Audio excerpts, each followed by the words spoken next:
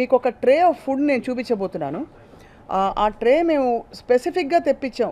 Health అంటే junk food అంటున్నాము, ఇవన్నీ చూడడానికి దాదాపుగా మనకి హెల్దీ ఫుడ్ అనే అనుకుంటున్నాం.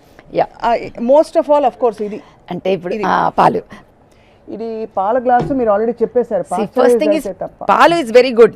పాలు every kid should take.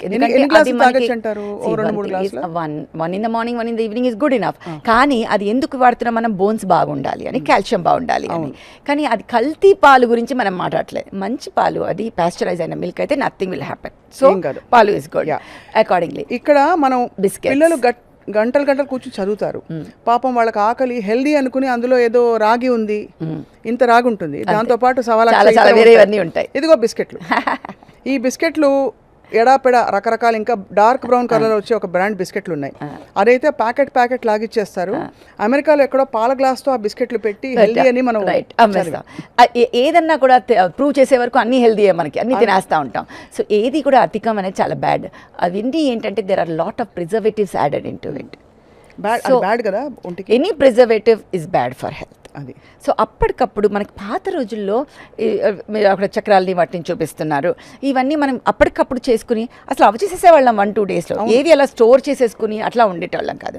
But anything, sugar also, too much of sugar is bad. It precipitates the diabetes, pre diabetic status to start, insulin resistance, pre diabetic status. So ఏది కూడా ఎక్కువ తీసుకోకుండా, ఇది ఒక్కటే కాదు కల్ప్రిట్.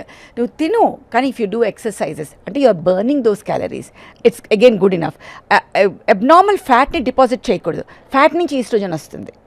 ఓకే, అగైన్ ప్యూబర్టీ వస్తుంది. So couch potato syndrome అంటే ఇందాక కూర్చొని చదువుతుంటారు. మా పిల్లలకి అసలు టైం ఉండదండి. 6:30కి మొదలెడితే రాత్రి 10 వరకు చదువుతూనే ఉంటారండి.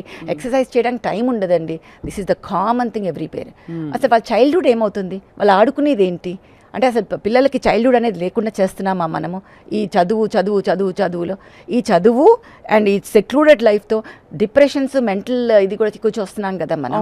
So plus all these diseases ఎక్కువ అవుతున్నాయి కదా, physical and what you are holding, lot of what you put on that powders and everything, ఆ టేస్ట్ కోసం ఏవైతే వాడతామో they are all definitely 1 or 2 is fine. మనం ఎన్ని తింటాం? ప్యాకెట్ల మీద. ఇది చాలా ఇంపార్టెంట్. చిక్కీలు అంటే ఇందులో నువ్వులు ఉన్నాయి, చాలా హెల్దీ అనుకుంటాం. నువ్వులతో పాటు బోల్డ్ అంత sugar, that is what I'm telling. ఏదైనా అతి అనేది చాలా చాలా చాలా బ్యాడ్.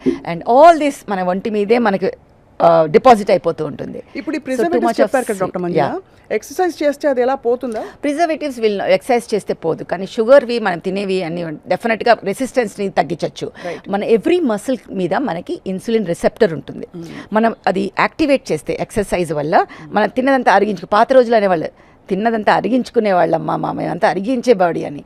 సో లిటరల్లీగా తీసుకున్నపోయినా ఇప్పుడు మనం చాలా ఫ్యాక్టర్స్ యాడ్ చేసేసాం. మనం ఇద్దరు మాట్లాడుతున్నాయి.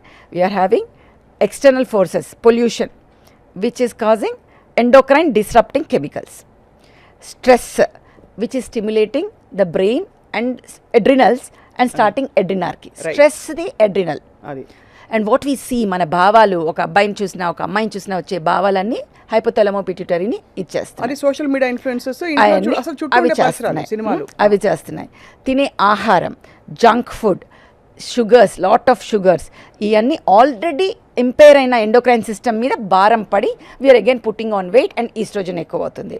And you are not doing exercise, కరిగించట్లేదు. సో తిని కూర్చుని తింటూ ఇంకా తింటూ ఇంకా లావ్ అవుతుంది. So obesity, junk food, stress, not doing exercise, ఇవన్నీ కలిపితే ఈ 4 వచ్చేసాయి. బయట నుంచి ఎక్స్టర్నల్ ఇన్ఫ్లుయెన్సెస్, ఇవన్నీ కలిపి ప్రెజెంట్ డేలో మనకి ఇది కారణం. సో ఒక్కటి అని చెప్పకుండా ఇన్ని కారణం. మీరు ఎప్పుడైనా ఇలా ఎర్లీ సెకండ్ స్టేజ్లో అంటే ఆపేయగలుగుతారా? డెఫినెట్గా ఆపచ్చు. Only thing is lifestyle. Parents are so scared. వాళ్ళకి అర్థం కానిది ఏంటంటే ఇవన్నీ we have to treat certain things like maths. ఇప్పుడు 1, 2, 3 అంత క్లియర్గా చెప్పాలి. 6 yearsకి వచ్చేటప్పుడు తోల్మోల్కే బోల్. 6 years పాపలో మనకి మెన్స్ట్రుయేషన్ వస్తే నష్టాలు ఎక్కువ, లాభం ఎక్కువ. అన్నిటికన్నా ఇంపార్టెంట్ నష్టం నేను చెప్పలేదు ఇప్పటివరకు. Height will be stunted. ఇప్పుడు 6 years పాప ఎంత హైట్ ఉంటుంది? 4 feet 2 inches. ఒక్కసారి ప్యూబర్టీ గ్రోత్ వచ్చేసిందంటే ఒక 2-3 inches వచ్చేసి బోన్స్, లాంగ్ బోన్స్ అన్నీ అతుకుపోతాయి. అతుకుపోయాక they will not become tall. So వాళ్ళ లైఫ్ లాంగ్ 4'3", 4'4", 4'5", 4'6 అంతే.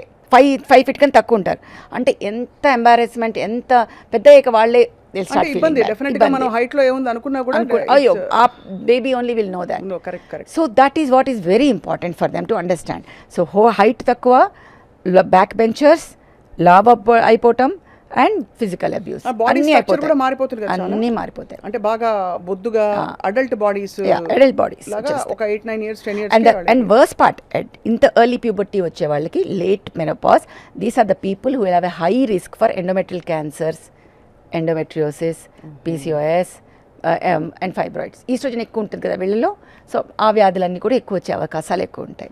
సో అందుకని మనం ఫస్ట్ అవగాహన తెచ్చుకొని ఇది నామ్ మా ఫ్యామిలీలో అంతేనండి కాదు, ఈ ఏజ్ వేరు ఇది వేరు, పిల్లలు ఎలా తీసుకుంటారు అనే దాన్ని బట్టి if you see early puberty changes, that is adrenarche మనకు కనపడదు కానీ బ్రెస్ట్ బడ్ మనకు కనిపిస్తుంది. సో బ్రెస్ట్ నాడ్యూల్ మనకు కనిపించినప్పుడు ఏం చేయాలి అంటే మనం వెంటనే డాక్టర్ దగ్గర తీసుకెళ్ళాలి. డాక్టర్ దగ్గర తీసుకెళ్తే ఏం చేస్తామంటే మేము చూసి నిజంగా ప్యూబర్టీ స్టైన్ స్టార్ట్ అయిందా అంటే లెక్క వేస్తాం, పాప వయసు ఎంతమ్మా, సో ఇప్పుడు ఇది వచ్చింది కాబట్టి నెక్స్ట్ ఇది, సో ఇన్ 2 years ఉంది, is it okay for you if she gets it at 10 years or లేదు డాక్టర్ గారు మేము ఇంకో 1 year 2 year ఆగాలనుకుంటున్నాం. డెఫినెట్లీ ఇప్పుడు ఇందాక మనం మాట్లాడాం హైపోథాలమో పిట్యూటరీ ఓవేరియన్ యాక్సిస్, అంటే ఇక్కడ నుంచి సిగ్నల్స్ వస్తేనే కదా ఇక్కడ యాక్ట్ చేస్తుంది. సో ఆ సిగ్నల్స్ మనము టెంపరీగా ఆపామంటే ఆపేస్తాం మన పీరియడ్. సో మనం GnRH అనలాగ్స్ అని ఇంజెక్షన్స్ ఉంటాయి, యాంటగోనిస్ట్ అని టాబ్లెట్స్ ఉంటాయి. రెండిట్లో ఏదన్నా ఇవ్వచ్చు. We give it for 1 year 2 years. మనం ఎప్పుడైతే తీసేస్తామో మళ్ళీ నార్మల్గా రివర్స్ అయిపోతుంది. సో అది అర్థం చేసుకోవాలి. అమ్మో డాక్టర్ గారు మందులు ఇవ్వదలుచుకోలేదు మా అమ్మాయికి, మందులు ఇవ్వకపోతే ఆ అమ్మాయి అలా ఉండపోతుంది, are you ready for it, అది అర్థం చేసుకోవాలి. అండ్ జరిగింది నార్మల్ కాదు, మన నార్మల్ నేమి మనం విధ్వంసం చేయట్లేదు, మన ప్రికాషియస్గా జరిగింది కాబట్టి దాన్ని ఆపుతున్నాం, అది అర్థం చేసుకోవాలి. అసలు నార్మలే కాబట్టి ఆపుతున్నామని అర్థం చేసుకుంటే పేరెంట్స్, కానీ I should be very happy that quite a few patients parents are coming now.